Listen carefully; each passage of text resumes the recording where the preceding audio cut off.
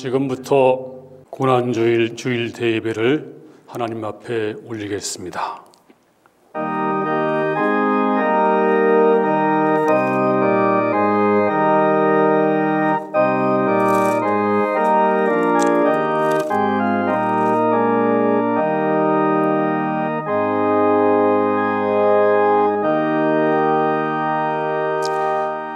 우리는 다 양 같아서 그릇 행하여 각기 제 길로 갔거늘 여호와께서는 우리 모두의 죄악을 그에게 담당시키셨도다. 큰 음성으로 이르되 죽임을 당하신 어린 양은 능력과 부와 지혜와 힘과 존귀와 영광과 찬송을 받으시기에 합당하도다 하더라. 하나님은 영이시니 예배하는 자가 영과 진리로 예배할지니라. 아멘.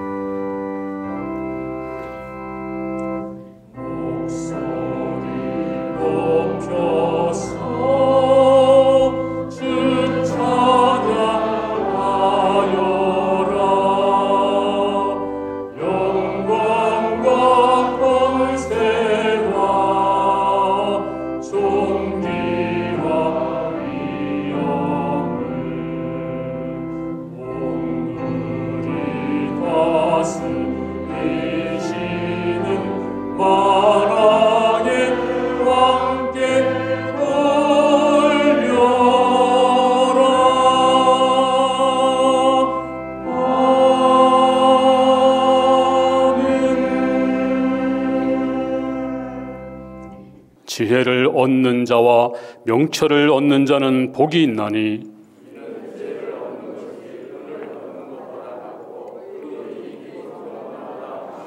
지혜는 진주보다 귀하니 내가 사모하는 모든 것으로도 이에 비교할 수 없도다.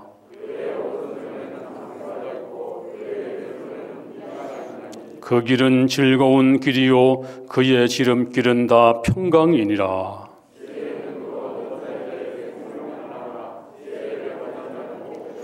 여호와께서는 지혜로 땅에 터를 놓으셨으며 명철로 하늘을 견고히 세우셨고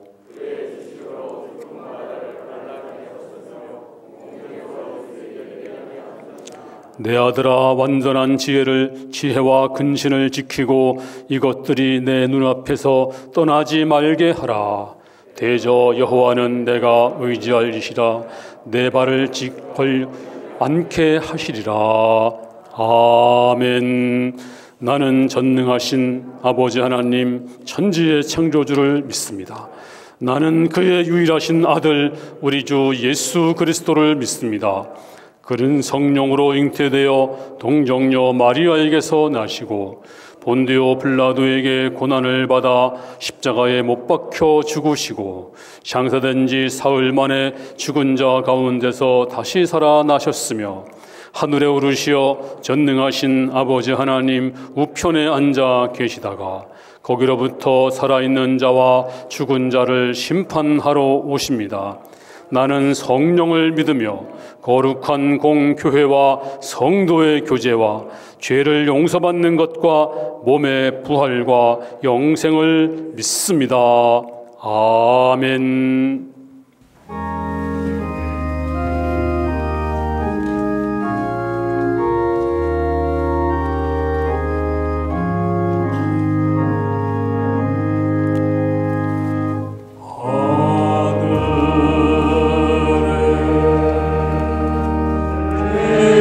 이름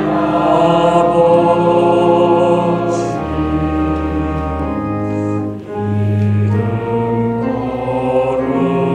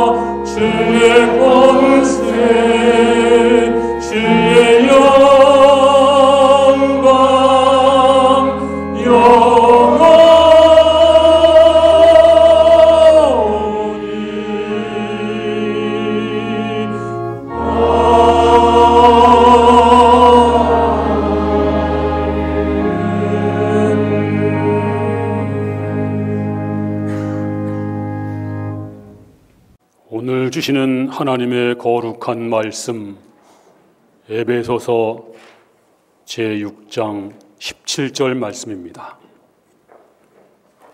이 말씀을 듣는 중에 하나님의 음성으로 받으시기 바랍니다.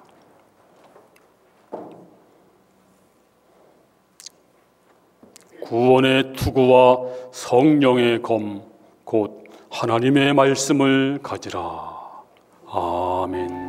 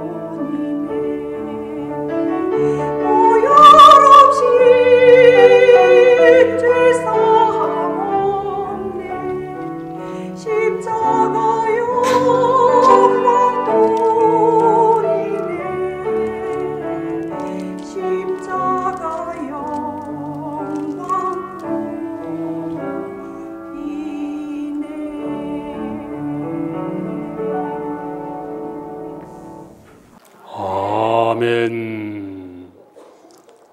그동안 우리는 십자가 군병, 구원의 갑주, 전신갑주를 계속해서 상고하고 있습니다.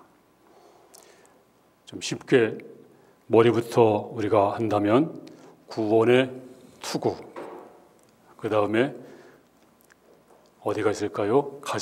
가슴에는 의의 호심경, 그리고 그 다음에는 진리의 허리띠, 그리고 복음의 신발, 그리고 믿음의 방패. 우리가 지금까지 공부했습니다. 이제 오늘은 마지막 갑주입니다.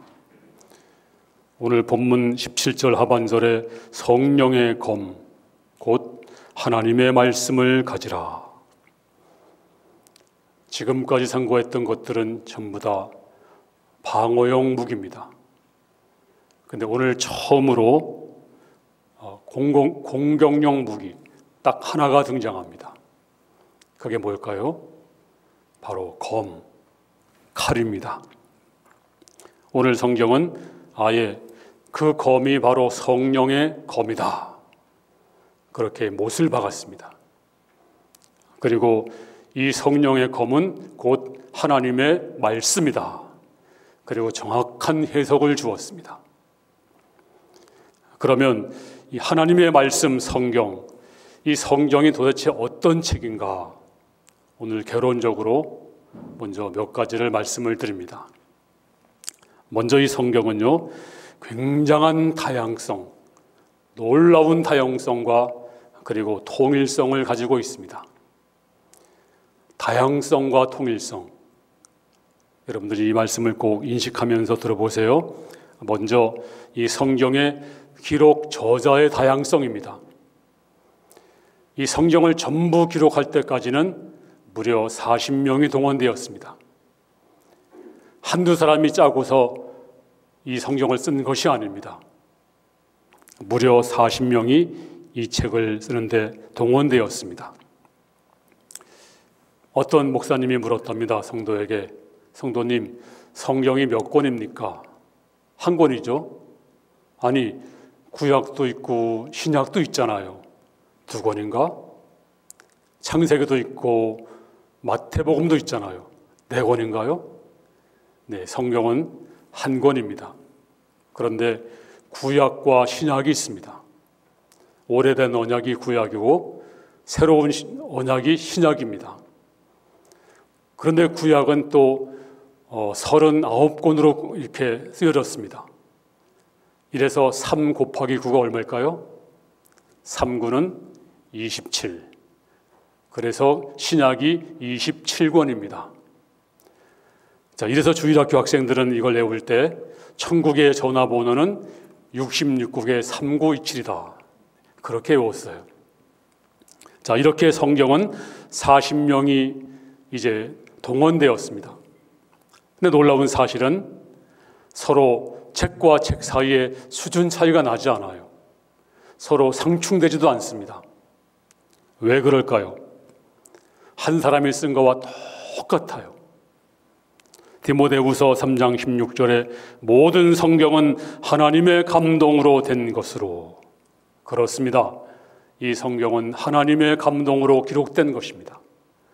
그래서 40명이 동원됐어도 놀랍게도 통일성이 있습니다. 그 통일성은 바로 구속사입니다. 바로 창세기서부터 요한계시록까지 구속에 관한 것이 기록되어 있습니다. 그리고 그 주제가 바로 예수님이십니다. 루터가 말하기를 성경에서 예수를 뺀다면 겉장과 마지막 장만 남을 뿐이다. 성경을 짜보아라. 예수의 피가 나올 것이다. 그렇게 말씀을 했습니다. 자, 두 번째는 이 성경의 저자의 다양성입니다. 저자, 아니 직업의 다양성입니다. 어떤 저자는 왕이었습니다. 어떤 저자는 농민이었습니다. 어떤 저자는 군인이고 또 신하이고 목동이고 평민이고 어부이고 각양각색의 직업군들이 다 동원되어서 이 성경을 기록했습니다. 그런데 놀라운 통일성이 있어요. 한 사람이 쓴 것과 똑같습니다. 왜 그럴까요? 거듭 말씀드리지만 성령의 감동으로 기록된 바로 하나님의 말씀이기 때문에 그런 것입니다. 이래서 베드로후서 1장 21절에 사람의 뜻으로 낸 것이 아니요 오직 성령의 감동하심을 받은 사람들이 하나님께 받아 말한 것임이라 하면서 성령의 영감으로 이 성경 말씀이 기록되었다. 이래서 성경의 기자가 사람이지만 원저자는 바로 성령님이시다. 이렇게 말씀하고 있습니다. 그 다음에 세 번째는 기록 시간의 다양성입니다. 시간의 다양성. 창세기부터 요한계시록까지 완성될 때까지는 무려 시간이요 1600년 정도 걸렸습니다. 10년, 20년이 아닙니다. 100년, 200년이 아닙니다. 무려 1600년간 걸려서 이 성경이 완성되었습니다. 지금부터 100년 전 책을 지금과 비교해 보세요. 물론 고전은 다 좋은 거지만 비교 안 되는 책들이 참 많이 있습니다. 제가 30년 전에 구입한 책이 있는데요. 정말 쓸데없는 책이 있었어요. 보니까 도수활용법. 굉장히 두꺼워요. 지금 보니까 진짜 필요 없는 책입니다. 또 천리안 활용법. 천리안 뭔지 아세요? 옛날에 그 채팅하는 건데, 또 보석글 1.0, 또 목사님은 신세대, 뭐 이런 거를 제가 보니까요, 정말 필요 없는 책이 30년 전에 나왔더라고요. 물론 그때는 필요했지만 지금은요, 지금 보니까 너무 쓸데없는 책들이었더라고 보니까. 지금은 그렇습니다. 그런데 성경 말씀은 무려 1600년간 걸쳐서 열렸습니다. 그런데 이 모든 걸 다 초월해서 한 사람이 쓴 것과 똑같아요. 왜 그럴까요? 성령의 감동으로 원저자가 성령님이기 때문입니다. 뿐만 아니라 네 번째는 기록 장소의 다양성입니다. 기록 장소. 어떤 책은 감옥에서 쓰여졌고, 어떤 책은 왕궁에서, 어떤 책은 광야에서, 어떤 책은 동굴에서, 그 기록 장소가 얼마나 다양한지 모릅니다. 뭐 광야에서, 들핀들에서, 뭐 이 쓴 기록 그 장소가 너무 다양하지만, 그런데 똑같은 통일성이 있습니다. 왜 그럴까요? 바로 성령의 영감으로 기록되었습니다. 다섯 번째는 기록 환경의 다양성입니다. 어떤 책은 평화로울 때, 어떤 책은 전쟁 중에, 어떤 책은 포로 생활 중에, 어떤 책은 유배 생활 중에, 그 기록 환경이 얼마나 다양한지 모릅니다. 책상에 떡 앉아서 쓴 게 아니에요. 이 성경을 기록한 장소가 너무너무 다양합니다. 그런데도 이 성경은 구속사가 흐르고 있습니다. 그리고 그 주제가 바로 예수님이십니다. 자, 제가 지금까지 성경은 하나님의 영감으로 기록되었다. 그러면 이 영감이 뭘까요? 영감이 시골 할아버지가 영감일까요? 네, 그것이 아니고 감동, 영감. 이 영감은 하나님의 그 터치하심, 하나님이 기록한 것을 우리가 영감으로 그 사람을 감동해서 기록했다. 그런데 이 영감설에 대해서 신학적으로 세 가지가 있어요. 첫 번째는 기계적 영감설이 있습니다. 이 뜻은요, 하나님이 그 사람을 완전히 혼을 빼버리고 기계처럼 사용했다. 로봇처럼 사용했다. 바로 이것이 기계적 영감설입니다. 그런가 하면 축자적 영감설이 있습니다. 이것은 하나님이, 성령님이 그 사람을 감동해서 글자 하나하나를 불러주었다. 그래서 성경은 1.1획도 틀림이 없다. 물론 그런 말씀도 성경에 있습니다. 그런데 세 번째는 유기적 영감설이 있습니다. 이 말씀은요, 그 사람의 지식, 그 사람의 성격, 그 사람의 철학, 그 사람의 성장 배경, 이런 걸 전부 하나님이 활용을 해서 유기적으로 성경을 기록했다. 이것이 바로 유기적 영감설입니다. 그래서 우리는 켈빈주의는 이 유기적 영감설을 택하고 있어요. 왜냐하면 바울이 쓴 걸 보세요. 바울의 그 지식을 다 활용했습니다. 논리를 전부 활용했습니다. 베드로서를 보세요. 그 격정적인 모습이 고스란히 담겨 있잖아요. 그리고 시편을 보세요. 저 다윗의 그 기막힌 문학적인 소양, 이게 전부 드러나 있습니다. 이래서 성경은 하나님의 감동으로 기록되었다. 자, 오늘 이 바로 성경이 바로 하나님의 말씀, 성령의 검이다라고 말씀해주고 있습니다. 자, 성령의 검하니까 이 말씀 바로 로마 병사를 연상한 것입니다. 한번 로마 병사 모습을 한번 보세요. 이 보면요, 공격용 무기 중에 가장 두 가지가 도드라진 것이 방패와 창입니다. 칼 보세요. 칼은 옆에 아주 자그마하게 붙어 있습니다. 길어봤자 한 60cm밖에 안 돼요. 근데 창은 크고 방패는 큽니다. 이래서 그 당시 로마 군병들은요, 병사들은 이 창과 방패 검법을 많이 연습을 했습니다. 그래서 창이 살짝 열리면, 방패가 살짝 열리면 창이 나갑니다. 그리고 창이 들어오면 방패가 닫힙니다. 이 연습을 수없이 하는 것입니다. 전쟁은요, 방패로 맞고 창으로 찌르는 것입니다. 칼은 별로 사용이 안 돼요. 자, 그런데 전쟁 중에 승리의 비결이 뭐냐면 바로 창이에요. 가벼우면서도 긴 창, 단단하고 가벼우면서도 긴 창이 승패를 결정을 했는데, 전쟁사를 연구해 보니까 알렉산더가 아주 좋은 창을 만들었습니다. 가벼우면서도 단단하면서도 긴 창. 다른 적보다 무려 이 창이 20cm가 컸대요. 20cm. 그러니까 창을 이제 전쟁할 때 상대방은 찔리지만 나는 안 찔리는 거예요. 이래서 이 승승장구했다는 그런 기록이 있습니다. 그러면 오늘 성경은 말하기를 왜 말씀의 창이라고 하지 아니하고, 이 창이 더 좋은 무기인데 왜 검이라고 했을까요? 한번 검 사진을 보시기 바랍니다. 검 사진이 이건 이제 물론 이제 이미지인데요. 길이가 한 60cm밖에 안 돼요. 근데 굉장히 날카롭고 굉장히 예리합니다. 그래서 끝은 송곳처럼 날카롭고, 그리고 양쪽에 시퍼렇게 날이 서 있습니다. 그리고 아주 예리하게 베어지는데, 자, 왜 이 칼을 언제 썼을까요? 전쟁하다가 막 백병전 벌어지면 그땐 창을 쓸 수가 없습니다. 가까이 적이 있으니까. 그때는 칼을 빼가지고 이 칼로 이제 하는데요. 이 칼은 바로 말씀과 같기 때문에 바로 말씀의 검이다. 말씀의 능력이 바로 이 검과 같기 때문에 말씀의 검이다. 그렇게 말씀하고 있습니다. 창으로 찔러보세요. 창은 파괴적입니다. 그냥 가는 것입니다. 그런데 이 칼은 창처럼 파괴적이지 않습니다. 이제 칼을 딱 사용하면 칼이 지나갑니다. 근데 칼에 베인 사람은요, 칼에 베인지 몰라요. 한참 있다 보니까 자기 몸에서 뜨거운 피가 콸콸콸 쏟아집니다. 이게 문헌에 나와 있는 거예요. 그래서 그때서야 내가 칼에 베였구나. 이제 죽는구나.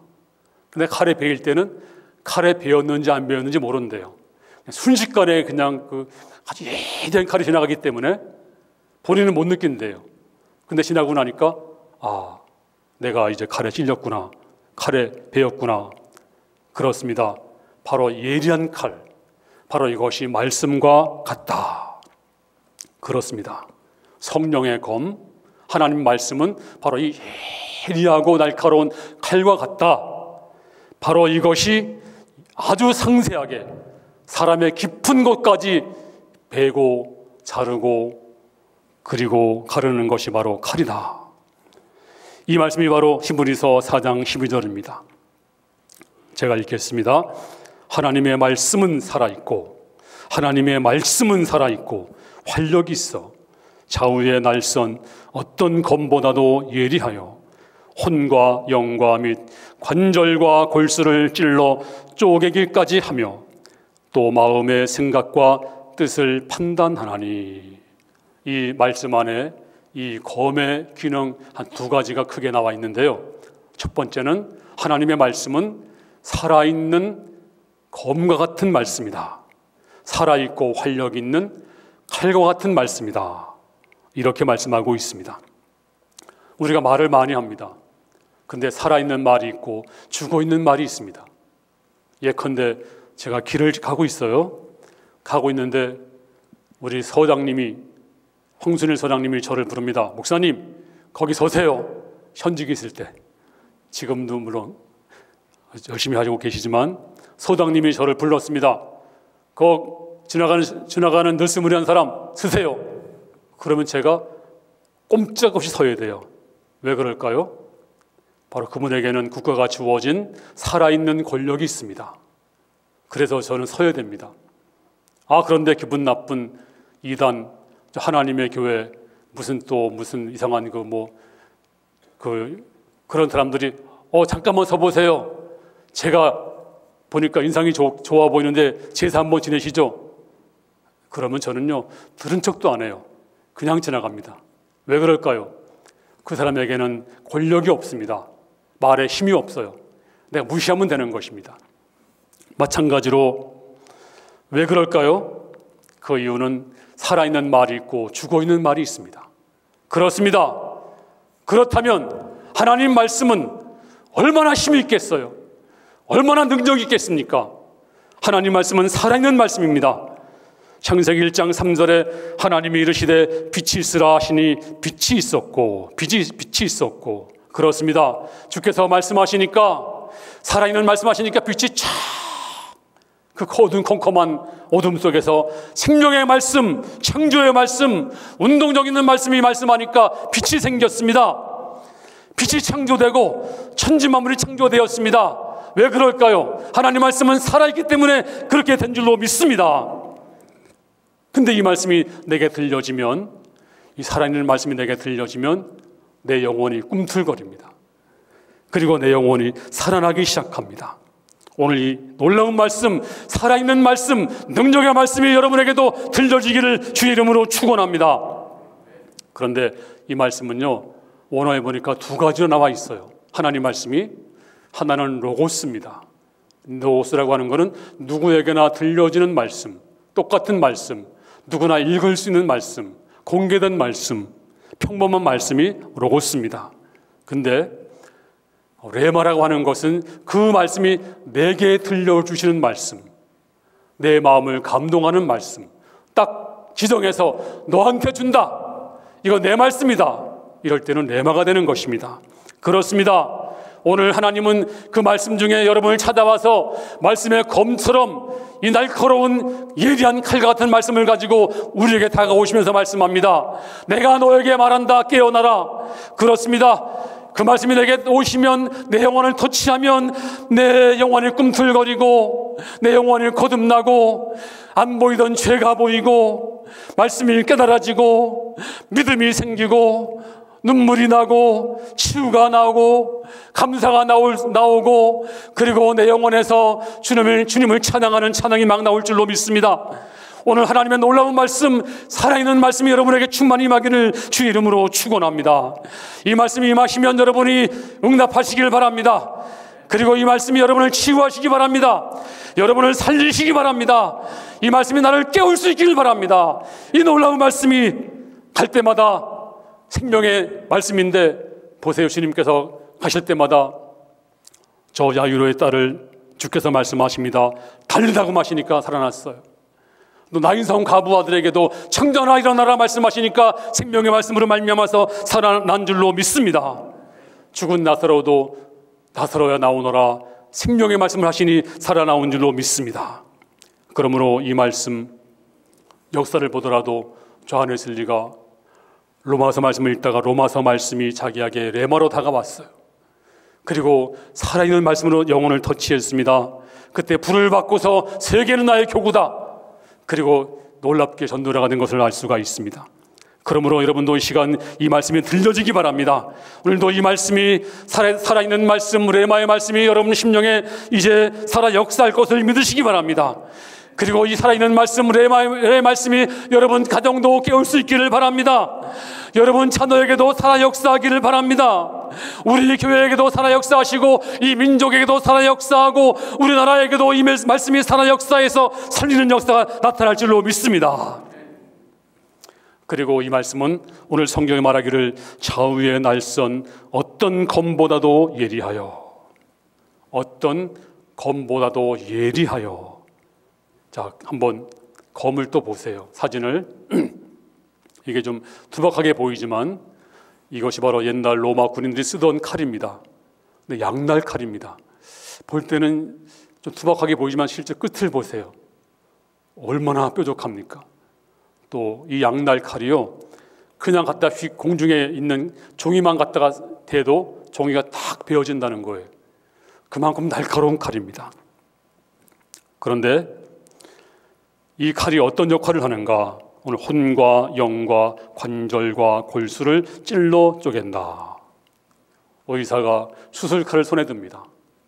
근데 수술할 때 보면 칼로 절제를 하고 인간의 가장 깊은 곳, 콩팥까지 다 드러내놓고 펼쳐 보입니다. 왜 그럴까요? 죽이려고 하는 것이 아니고 살리려고 그렇게 하는 것입니다. 바로 이 칼이 그런 기능이 있습니다.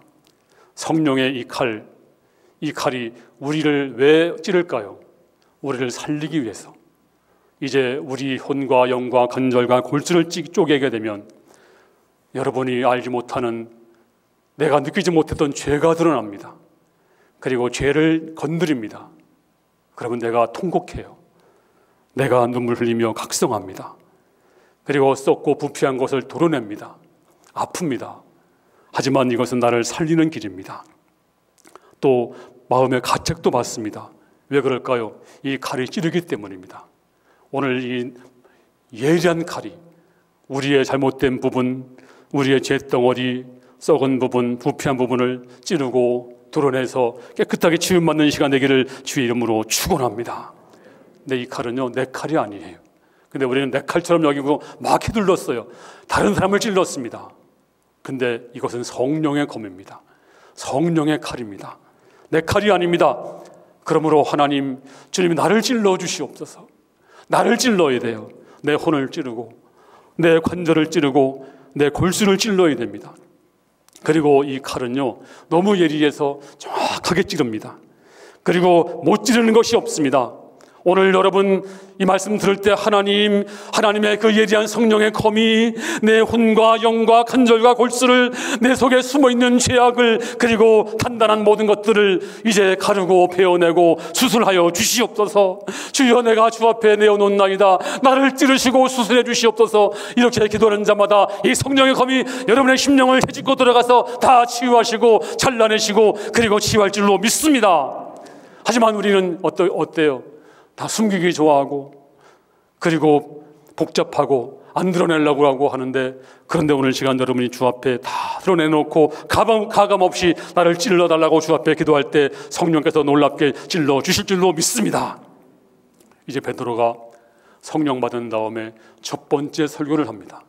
그 내용은 여러분이 못 박아 죽인 예수는 하나님이 살리셨습니다. 바로 그분을 하나님이 주와 그리스도가 되게 하셨습니다. 그랬더니 사람들이 어떻게 반응했나요? 사도행전 2장 37절에 저희가 이 말을 듣고 마음에 찔려 베드로와 다른 사도들에게 물어 가로되 형제들아 우리가 어찌할꼬 하거늘. 이 말씀의 뜻은 베드로가 설교할 때 그 말씀이 칼이 되었다는 것입니다. 아주 날카롭고 예리한 칼이 되어서 말씀을 듣는 사람들의 마음을 베었습니다. 그래서 그 마음이 찔렸습니다. 그래서 그들이 찌른 다음에 마음이 찔리니까 가만히 있는 것이 아니라 우리가 어찌할꼬 자신을 숨기지 않았습니다. 그때 베드로가 너희가 회개하여 성령을 받으라. 그렇습니다. 오늘 그 성령의 칼이 지금도 우리를 찌르고 있습니다. 그때 우리가 숨기지 마세요. 도망가지 마세요. 주여, 내가 여기 있나이다. 내가 어떻게 해야 되겠습니까? 성령을 받으라 회개하고 오늘 시간 여러분이 성령 충만 받기를, 그리고 치유받기를 주의 이름으로 축원합니다. 그날 사도행전 2장 41절에 보니까 그 말을 받는 사람들이 세례를 받으며 그날의 제자의 수가 3,000이나 더하더라. 3,000명이 주 앞에 들어왔습니다.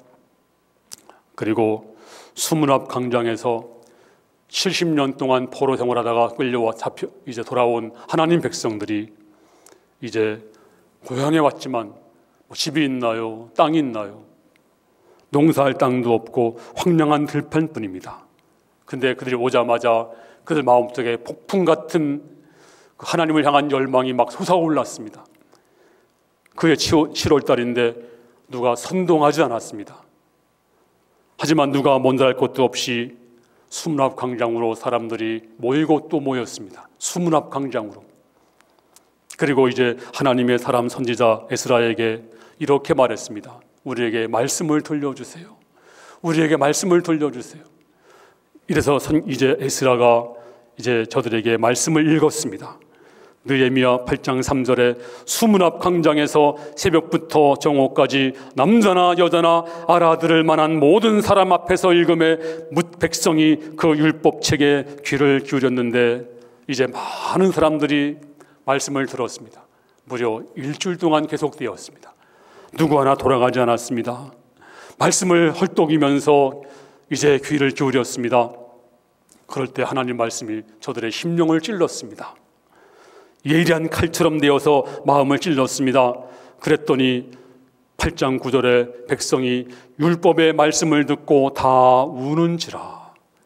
극성파 몇 명만 운 것이 아닙니다. 전부 다 울었습니다. 그리고 말씀이 저들 심령을 이제 터치하자마자 꼬꾸라지면서 회개하기 시작했는데, 성경은 이렇게 말씀하고 있습니다. 느헤미야 9장 1절에 그달 스무 나흘 날에 이스라엘 자손이 다 모여 금식하며 굵은 벼옷을 입고 티끌을 쓰며 이방 사람들과 절교하고 서서 자기의 죄와 조상들의 죄 허물을 자복하고 금식했습니다. 굵은 배를 입었습니다. 그리고 티끌을 무릅썼습니다. 그리고 자기 죄를 서로 고백했습니다. 그러면서 회개하기 시작했습니다. 그렇습니다. 부흥이 있었습니다. 바로 이 하나님 말씀은 정교한 능력이 있습니다. 오늘 이 말씀이 여러분의 그 깊은 곳을 찔러서 내 혼과 갈증을 찌를 때 도망가지 마시고 뒤로 물러가지 마시고 주여, 숨길 수 없습니다. 주여, 나를 찔러주셔서 감사합니다. 오늘도 그 말씀에 대한 두려움을 가지고 경외심을 가지고 애들한 마음으로 주여, 내가 주의 말씀을 사모하나이다. 헐떡이는 사슴과 같이 말씀을 사모하고 이 부흥이 다시 한번 우리에게 올 수 있기를, 그래서 여러분이 십자가 군병으로서 힘차게 나아가는 모든 성도 될 수 있기를 주님의 이름으로 축원합니다. 할렐루야. 하나님 아버지, 오늘 전신갑주 6개를 오늘 이제 마지막으로 정리하면서 십자가 군병 구원의 투구를 쓰고 의의 호심경을 붙이고 진리의 허리띠를 띠고 복음의 신발을 신고 그리고 믿음의 방패를 들고 그리고 말씀의 검을 들고 성령의 검을 가지고 이제 앞으로 전진하는 우리 모든 성도 되게 하여 주시옵시고, 아버지, 험한 세상, 사단이 울부짖고 있는 세상에서 한 사람도 뒤로 물러가지 아니하고 믿음으로 승리할 수 있도록 우리를 붙잡아 주시옵소서. 오, 성령의 검 하나님 말씀이 우리 마음을 찌를 때 뒤로 물러가고, 아버지, 이 숨는 자 한 심령도 없도록 아버지 하나님이여, 벌거벗은 내가 주 앞에 드러나 하나님의 능력으로 치유받는 시간 될 수 있도록 주여 인도하여 주시옵소서. 이 시간 하나님 말씀에 대한 두려움이 있습니다. 아버지, 경외심을 가지고 나왔습니다. 말씀에 대한 애절함과 그리고 아버지 주의 계명을 사모함으로 입을 열고 헐떡입니다. 아버지, 말씀을 듣고 말씀을 묵상하고 사랑합니다. 아버지여, 우리 영혼을 소생시켜 주시옵소서. 아버지, 우리 이제 부흥의 새벽이 밝아올 줄로 믿습니다. 이 시대 다시 한번 말씀의 풀이 돋아나고 말씀의 숲이 우거지고 말씀의 개울이 흐를 줄로 믿습니다. 축복하여 주시옵소서. 아버지 하나님이여, 우리 심령 메말라 있습니다. 코로나 인해서 너무나 지쳐 있습니다. 아버지, 우리를 불쌍히 여겨주시고 아버지 건져주시기를 다시 한번 간절히 기도드리옵나이다. 감사드리며 예수님 이름으로 기도하옵나이다. 아멘. 이제 헌금하는 시간인데 헌금 못하신 분은 지금 하시면 되겠습니다. 지금 우리가 한시적으로 이 예배는 반드시 찬송과 기도와 말씀과 헌금이 있어야 됩니다. 이 네 가지가 바로 예배의 가장 기본적인 요소예요. 이거 없이 하나만 빠져도 우리가 온전한 예배라고 할 수가 없어요. 그래서 예배를, 헌금을 지금 미리 설교 전에 한다든지 지금 한다든지 하는 것이 옳습니다. 근데 우리 할 수 없이 예배 시작 전에 헌금을 하고 들어오는데요, 속기파를 끝나서 예배를 바로 정상적으로 드릴 수 있도록 그렇게 협력해 주시기를, 그렇게 되기를 기도해 주시기 바랍니다.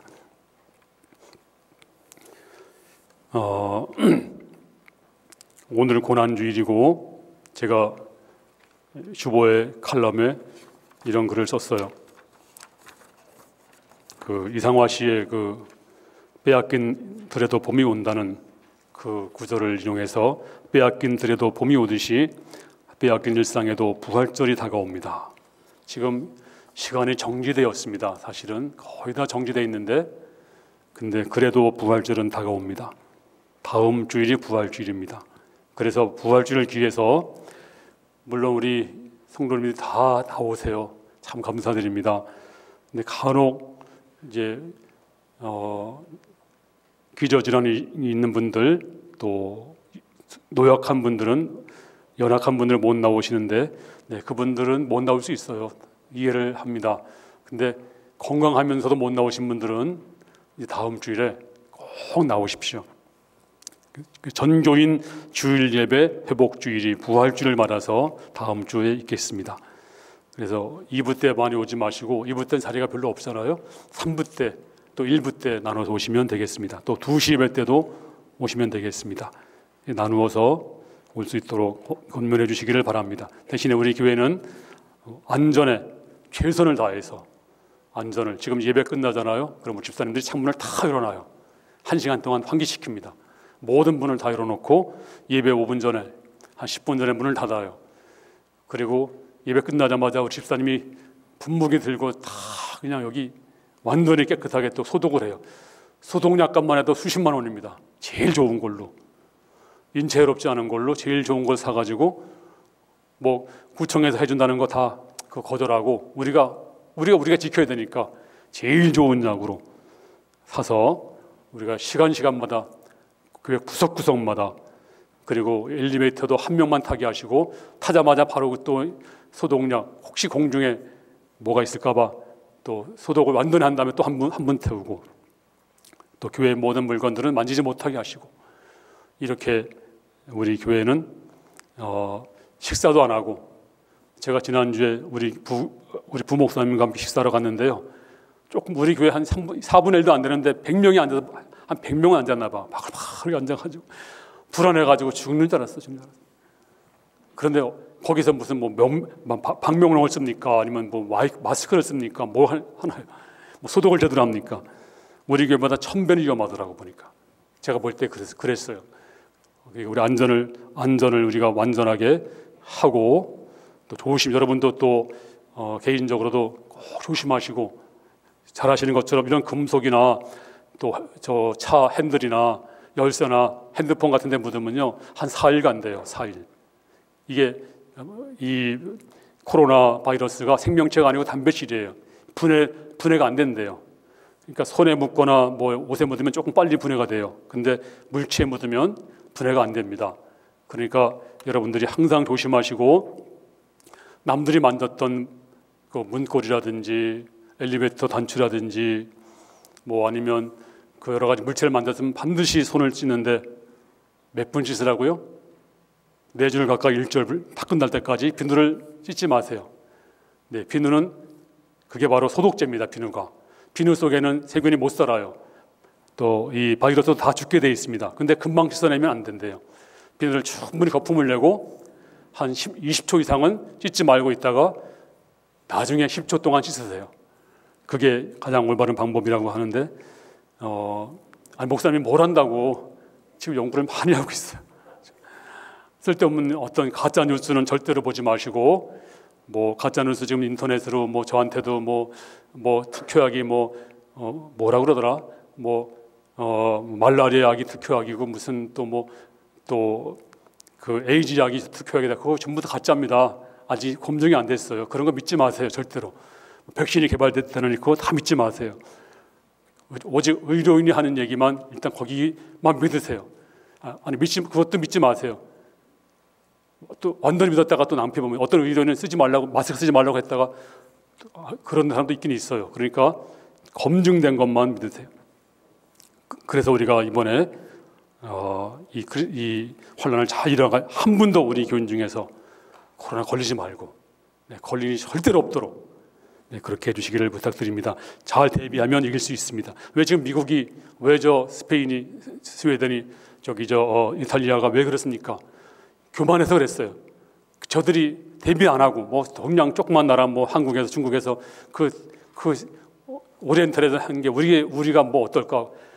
충분한 기간이 있었는데도 안 해가지고 지금 얼마나 고통을 많이 겪고 있습니까? 그러니까 철저히 대비하면 이길 수가 있습니다.